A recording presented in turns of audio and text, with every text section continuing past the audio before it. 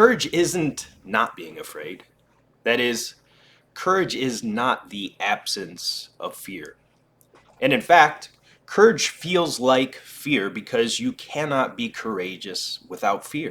Back to the issue of fear. I mean, Abraham is self-conscious, that's what this commentary says, but the thing is he moves forward despite that. He's self-conscious and he knows the danger, but he moves forward despite that. And that's actually the appropriate response in the face of actual non-naive understanding of what constitutes life. Like if you're naive and you move forward, it's like, well, what the hell do you know? You know, there's no courage in naivety because you don't know what there is to stop you. You don't know what dangers you might apprehend, but to be aware of what it is that your problem is. So to be alert existentially, let's say, or to be fully self-conscious means that you're perfectly aware of your limitations and how you might be hurt. And then to make the decision to move forward into the unknown and the land of the stranger. Anyways, I would say that's one of the secrets to a good life. Today we'll cover why, and also 3 unconventional and overwhelmingly useful ways to face your fears. At least they are for me. How to face them, how to overcome them, and how to use them to your advantage. But first, here's a little thought experiment. If you could have any superpower, which would you choose? But it has to be a superpower that you created, right? One that doesn't exist in any Marvel or DC or comics franchise universe. Let me know yours in the comments. So here's mine. Fear is no longer something you hate and avoid like the plague. It's now an energy or a power of some form. It's an actual superpower, in fact, and that you can channel it and use it to fuel anything. Anything in your mind, your thoughts, your beliefs, your actions, habits, routines.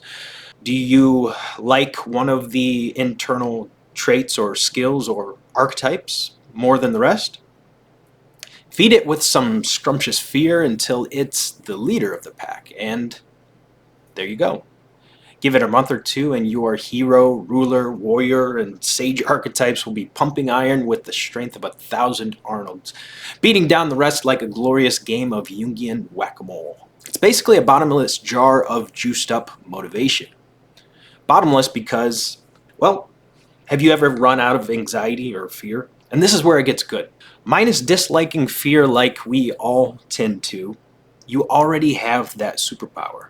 That super fuel is already in you, waiting to be discovered, like Peter Parker's radioactive spider juice cooking up those sweet Spidey superpowers before he knew they were there. But right now, fear is to your body and mind what gasoline is to a Tesla. And that's the problem. You have to convert your vehicle into a good old-fashioned, beefy, classic, ozone-wrecking American muscle car. With a Tesla, there's a few parts you'd have to replace. With your mind, the only part you need to change is your perspective and your fear-responding habits. As long as you remember and make a habit of remembering that the feeling of fear is no different from the thrill of a scary movie or roller coaster ride. If you actively remind yourself every time you feel fear that you now have a real life, actual superpower that feels like fear, but is actually your super fuel, that will change your perspective. And don't forget to remind yourself that this is actually what courage feels like. More on that in a moment. Fear is the exact same emotion as excitement, a thrilling sort of excitement. Before you step onto the stage or call your romantic interest or whatever it is, remind your mind and all those juicy archetypes within that fear is their friend. Fear is a healthy energy that keeps you sharp and strong when you use it correctly, when you use it wisely, the way you're about to use it. That beautiful, thrilling adrenaline coursing through your veins like solar radiation through Superman, that's excitement, constructive energy. That's your superpower. This makes me sharp. This makes me quick. This makes me alert, more able. This keeps me hungry. And it's the hungry lion that hunts while the fattened sheep sleep.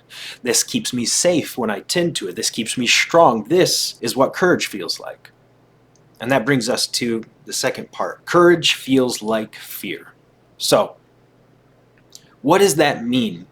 Courage feels like fear. Well, it means that courage and fear are joined at the hip, basically. They're buds. Courage is formed in response to fear. In fact, courage cannot exist without fear. We sometimes see courage as fearlessness, like a synonym to fearlessness, but it's absolutely not. Fearlessness actually doesn't even exist. Courage is mental or moral strength to venture, persevere, and withstand danger, fear, or difficulty. Taking a courageous action is to overcome fear. And if we have no fear to overcome, how can we be courageous? So 100% of the time, courage requires fear. And that's why being courageous, it feels like fear. Because you will never face a dangerous or risky situation with no fear, conscious or otherwise. Unless you have a severe health problem or you literally don't have time to think. I've had a couple of those rare moments when something happens so fast your mind doesn't process and feel fear until after the fact. Or maybe it was so intense that you just immediately repress it or something. I'm not really 100% sure how that works. But courage is not the absence of fear. Courage is the choice and willingness to confront agony, pain, danger, uncertainty, or intimidation. Valor is courage or bravery, especially in battle. So if you're feeling fear, it's often because you had the courage to step into a scary fight against a scary opponent, metaphorically or otherwise. Do you think a fighter feels fear when they step into the cage? Of course they do. Like many of us, I feel fear constantly, virtually every single day of my life. Why?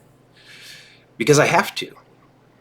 To thrive in life, I have to push myself into dangerous, risky scenarios. And I'm not talking about like life-threatening scenarios. It used to, but that stage is at least mostly over, I hope. I mean things that feel dangerous or risky in some way, like public speaking is a good example, or making big business decisions, or presentations with potential clients, or the board of directors, or whatever.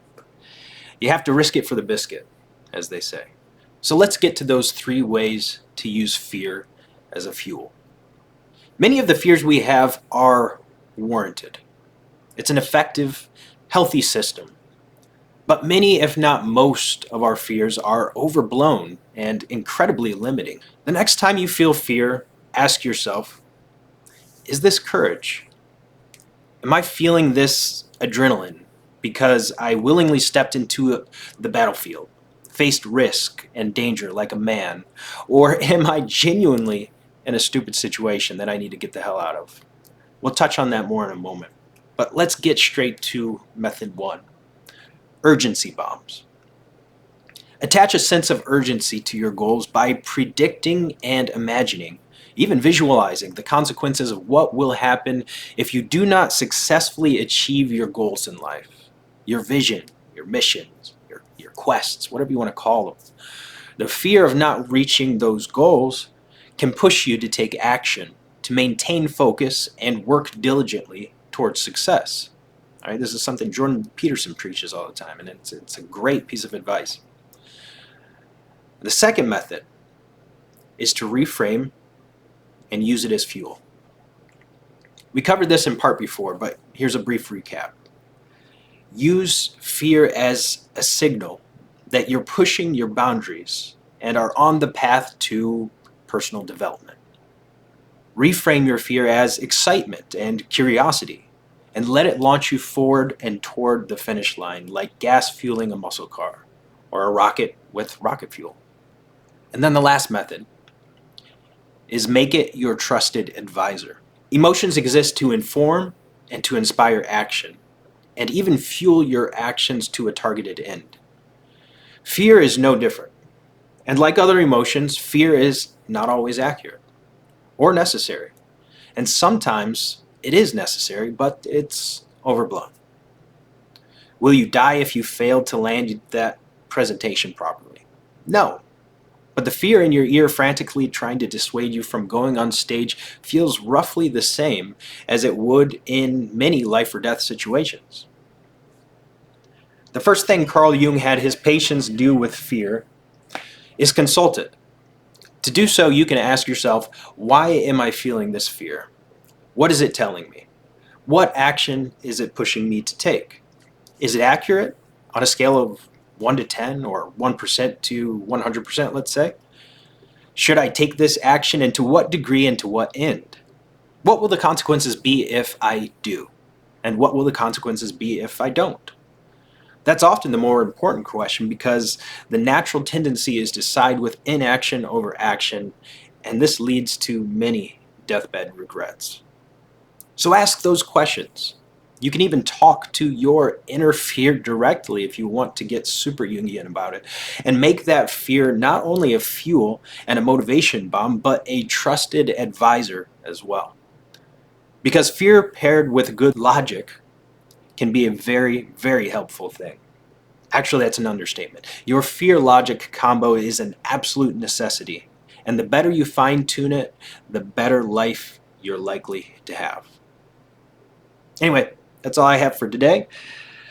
Thank you for watching. I hope you have an amazing day, and I will see you in the next one. Want to take it one step further? Here's Jordan Peterson's method to master fear. The clinical literature on this is very, very, very clear. What you do with people who are afraid, and to some degree depressed, but certainly anxious, is you lay out what they're anxious about, first of all, in detail. What is it that you're afraid of? What might happen? And then you decompose it into small problems, hypothetically manageable problems, and then you have the person expose themselves to the thing that they're afraid of, and what happens isn't that they get less afraid. That isn't what the clinical literature indicates exactly. What happens instead is they get braver.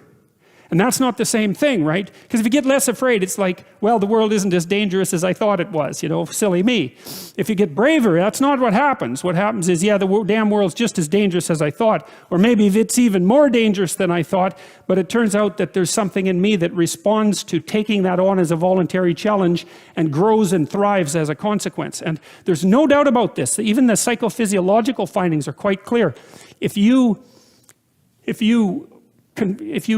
impose a stressor on two groups of people, and on one group the stressor is imposed involuntarily, and on the other group the stressor is picked up voluntarily, the people who pick up the stressor voluntarily use a whole different psychophysiological system to deal with it. They use the system that's associated with approach and challenge, and not the system that's associated with defensive aggression and withdrawal. And the system that is associated with challenge is much more associated with positive emotion and much less associated with negative emotion. It's also much less hard on you, because the defensive posturing system, the prey animal system, man, when that thing kicks in, it's all systems are go for you, you know. The gas is pushed down to the pedals pushed down to the metal, and the brakes are on. You're using future resources that you could be storing for future time right now in the present to ready yourself for emergency. So there's nothing simple or trivial at all about the idea of being called to move forthrightly forward into the strange and the unknown. And there's a real adventure that's associated with that, right? So that's an exciting thing, which is part of the reason why people travel. And then also to see yourself as the sort of creature that can do that, is willing to do that on a habitual basis, is also the right kind of tonic for, I hate this word, for your self-esteem.